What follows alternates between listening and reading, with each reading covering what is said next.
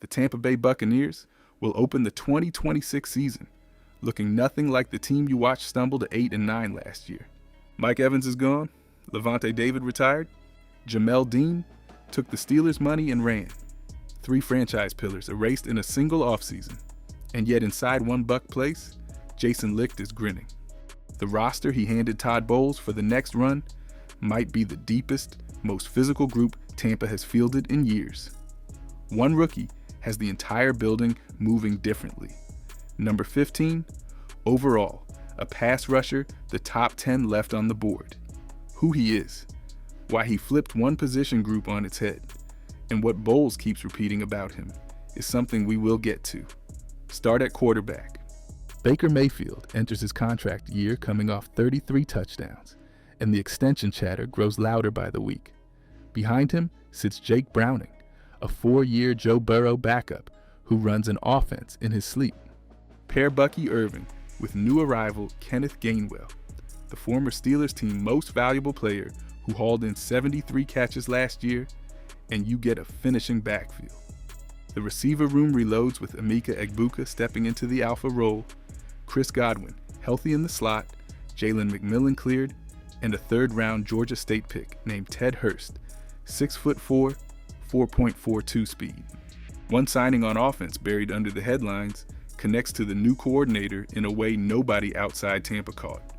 And once you see how it changes the passing game, you will not look at this offense the same way again. Flip to defense and the rebuild gets louder.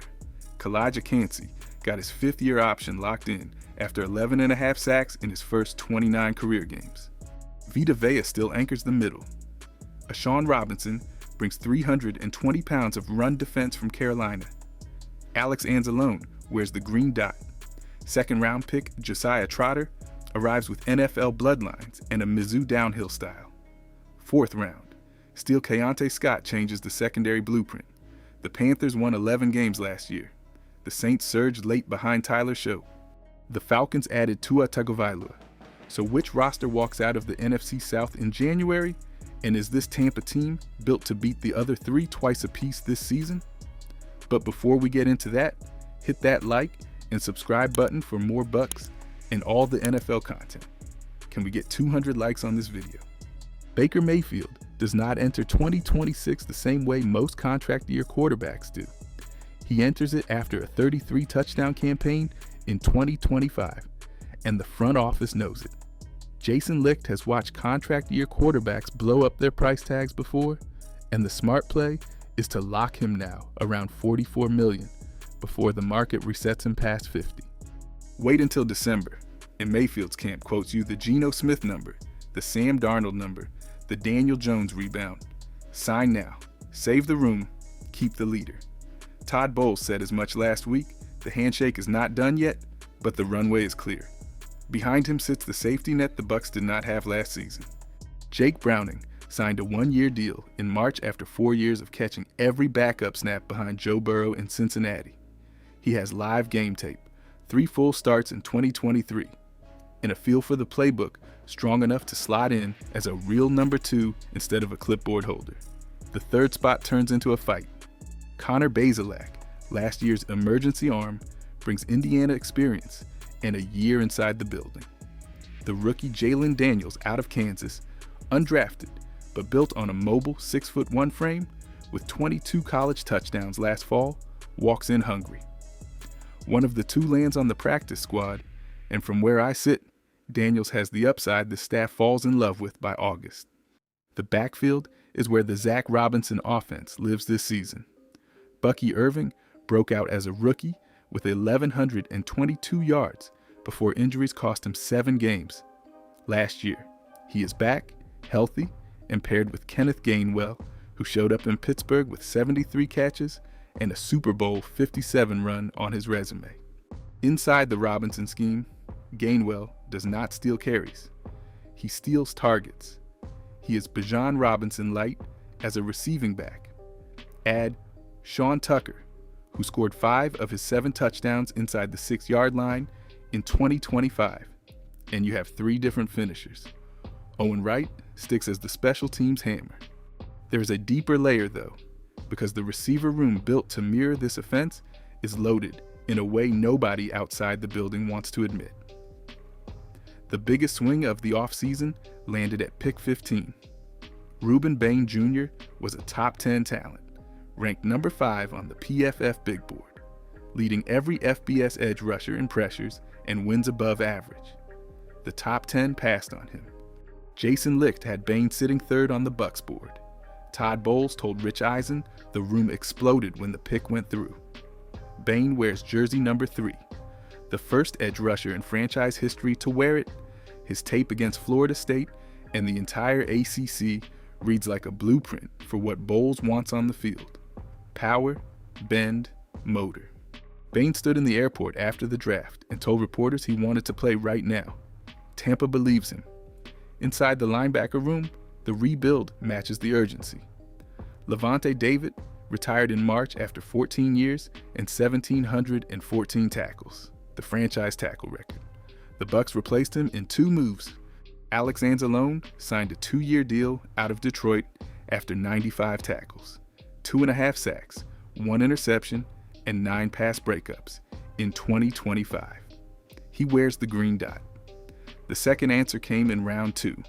Josiah Trotter, the 46th overall pick, son of an NFL legend, downhill Mike linebacker built for a 3-4 front. Servocia Dennis slides to a third linebacker role with special teams value. Christian Rozeboom rounds out the room as a proven backup who started 15 games for Carolina last season. The trench rotation now goes 7 deep. Yaya Diaby anchors the edge opposite Bain, off his best season as a pass rusher. Alquadin Muhammad brings 11 sacks of pass rush juice from Detroit without starting a single game. Anthony Nelson keeps his depth role and starting experience. David Walker returns from the ACL tear in 2025 preseason and looks ready to deliver after the buzz from last August. Inside the line, you have Kalijah Cansey at 3 technique, Vita Vea anchoring the nose, a Sean Robinson eating run game, double teams, the rookie DeMonte Capehart out of Clemson in the Will Golston mold, and the returning Rakeem Nunez-Roches. 7 new defensive starters, or rotational pieces in one offseason. The sack number from 2025 was 37.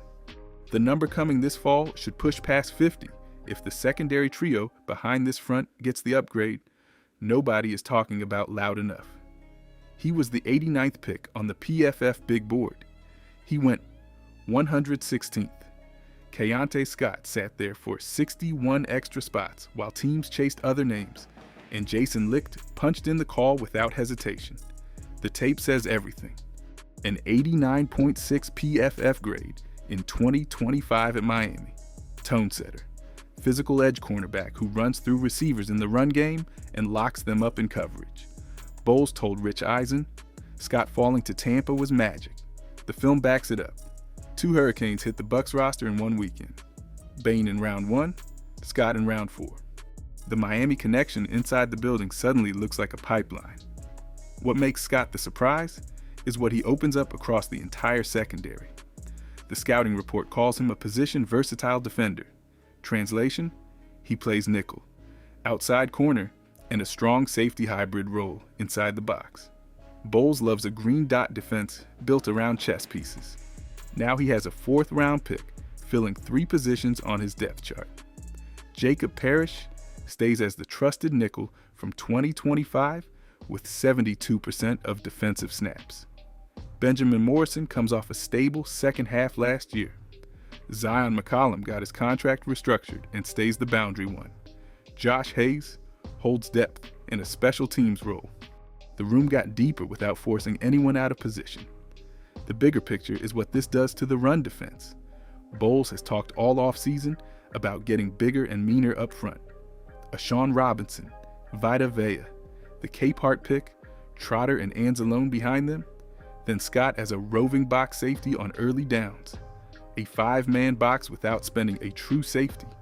Antoine Winfield Jr. stays free to roam as the deep eraser, and there is a real argument he plays the best football of his career inside this scheme. Tyke Smith keeps the strong safety role he grew into late last year. Miles Killebrew sits behind them as the special teams force. The defense moves from 27th against the pass and a 69.8% red zone giveaway to a unit with built-in answers at every level. The full breakdown of the 53-man cuts coming with this build is up next, including one homegrown name nobody saw leaving the roster. Offense first. The Bucs carry two quarterbacks. Connor Bazelak or the rookie Jalan Daniels lands on the practice squad. 4 running backs make it. Bucky Irving, Kenneth Gainwell, Sean Tucker, Owen Wright. 6 receivers ride the bus. Emeka Egbuka, Chris Godwin, Jalen McMillan, Ted Hurst, Tez Johnson, David Sills. Cameron Johnson is the 7th body fighting for a punt return slot, but looks practice squad bound until injuries hit. Tight end is where it gets uncomfortable. Cade Otton signed his 3-year extension. Payne Durham stays as the blocking number 2. Ko Kieft is back as a fullback hybrid. The 6th round pick out of LSU, Bauer Sharp, took a roster spot the room had to give him. And here's the cut nobody saw coming. Devin Culp does not make the 53. 1 catch and 1 touchdown last year, the staff drafted his replacement, and he ends up either practice squad or claimed elsewhere. The offensive line carries 10.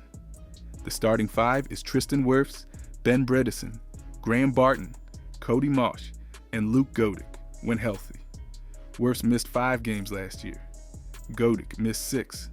The depth has to hold up. Behind them, you keep Justin School as the swing tackle, Ben Chukwuma as the 2nd swing tackle, and a long-term project the front office likes. The rookie Billy Schrouth out of Notre Dame with a 0 pressure pass blocking grade in 2025. The veteran Dan Feeney as interior depth, and Elijah Klein edges out Luke Haggard for the final spot due to interior position flexibility. Stack 25 offensive players on the 53. Defense gets 23, 5 defensive linemen, Kalaya Cansey, Vita Vea, Ashawn Robinson, the rookie DeMonte Capehart, Rakeem Nunez-Rush, 5 edge rushers, Reuben Bain Jr., Yaya Diaby, Alquadin Muhammad, Anthony Nelson, David Walker. Chris Braswell does not make the cut. The competition got too steep with Bain, Muhammad, and Walker all back. 4 off-ball linebackers, Alex Anzalone, Josiah Trotter, Servosia Dennis, Christian Roseboom.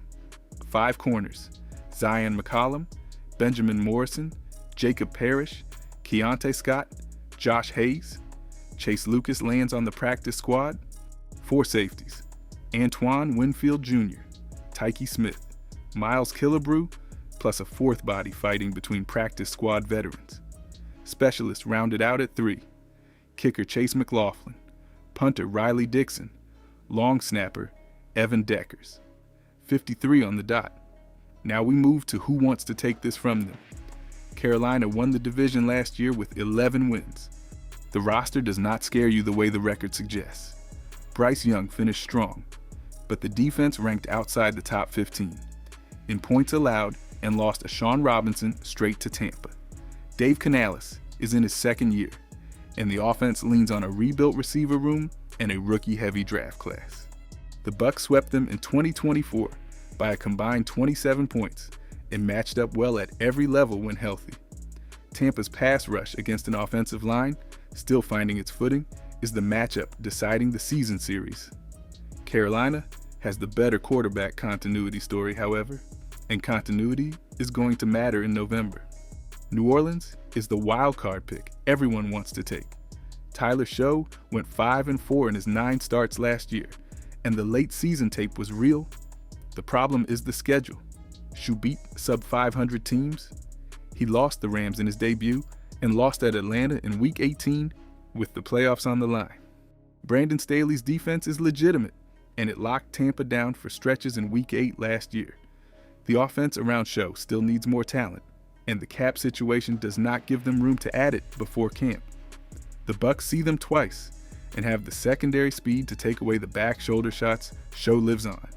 Year 2 for the regime, year 2 for the system, but year 1 of real expectations. Atlanta is the most rebuilt operation in the division, Tua Tagovailoa signed after the Kirk Cousins release. Bijan Robinson is still the engine of everything. The defense ranked top 10 last year before turnover hit the staff. The new coordinator and Tua's injury history make this the team with the highest variance in the division. They are dangerous if everything clicks. The Bucs catch them at home and on the road. And the Mayfield versus Tua matchup tilts toward the Bucs side because the protection in front of the Falcons line is shaky and Tampa's edge rotation is built for exploiting it. The division crown comes back to Tampa, and there is one team in this division I would pick to take a game off the Bucs in 2026. We will get to them last. Tampa's special teams in 2025 were a problem nobody on the broadcast wanted to circle back to. The kickoff coverage leaked yards every single week. The punt unit got nothing extra in field position. The return game went 5 weeks without a play longer than 15 yards. The unit ranked near the bottom of the league in special teams DVOA. And inside the building, everyone knew it was costing them games. 3 of the 8 losses last year had a special teams play swing the result. The fix started in January, and you would have missed it if you blinked. Danny Smith signed on as the new special teams coordinator. He spent over a decade running the Steelers special teams unit, ranked among the league's best every season he was there. 2 months later, Miles Killebrew signed his 1-year deal in Tampa, reuniting with Smith. The under-the-radar move of the entire offseason is sitting right in front of you. Killebrew is the second most prolific special teams tackler in football since 2016, with 91 career special teams stops, 2-time Pro Bowler. He owns 4 blocked punts, the most among active players. Smith ran the Steelers unit. Killebrew played in it. Now they share a Tampa building again, and the entire phase is built around the system they used to run together. Stack the rest of the room around them. Chase McLaughlin is one of the most accurate kickers in football and stays as the franchise leg. Riley Dixon signed to handle punts. Evan Deckers keeps the long snapper job after a clean 2025 with a UDFA snapper coming in to push him. Cameron Johnson holds punt return duties when he is active and healthy. Kenneth Gainwell takes the kick return job because he has the burst and the receiving back versatility, with Sean Tucker as the change of pace option. The unit does not need superstars. It needed a system, a culture setter, and a coordinator. Tampa got all 3. The team finishing near the bottom of the league. In special teams, DVOA last year now has the pieces to flip into a top 10 unit. Special teams wins 3 games a year nobody talks about. The Bucs bought 3 games back. Now the only question left is what the win column says when the dust settles. 11 wins. Write it down. Mayfield at 30,000 career passing yards by November. Bain with double-digit sacks as a rookie and Defensive Rookie of the Year, hardware, on the mantle in February. Egbuka clearing 1,100 receiving yards. Trotter and Anzalone combining for 200 tackles between them. The schedule lays out kindly with 7 home games against teams who finished under 500 last season. Tampa wins the NFC South for the 6th time in 7 years and walks into the divisional round as a 3 or 4 seed in the NFC bracket. The defense ranked 19th last year. The defense in front of you ranks top 8 by week 8. Brace yourself for a deep January run. The biggest threat in the division is Carolina. The Panthers have Bryce Young entering year 4 with continuity, an 11-win base, and a defense fighting to climb back into respectability. They will steal a game from the Bucs at Bank of America Stadium in week 8 or 9 when the Tampa offensive line is dealing with its annual mid-season injury wave. The Saints are too thin offensively. The Falcons have too many transitions. Carolina has the better quarterback continuity story. And the second matchup in Tampa goes to the Bucs in revenge fashion. 11-7 for the Bucs. 12-6 for the Panthers. Bucs win on tiebreakers and head coaching edge in January. Drop your 11-win prediction in the comments and tell me which Bucs game on the schedule you have circled. Then hit subscribe before the next breakdown drops because the UDFA tracker is up next. I am ranking every undrafted free agent on this roster by realistic odds of making the 53. Jaylon Daniels, Eric Rivers, Jacurious Conley, the linebacker depth out of Nebraska and NC State, the long snapper from Fresno State. All of them. Bonus debate for the comments.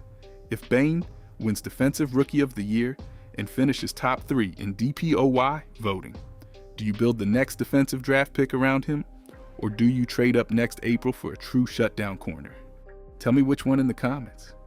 The room you watched go 8-9 last year is dead. The roster sitting in front of you right now is the deepest, most violent group Jason Licht has ever handed Todd Bowles. By the cannons.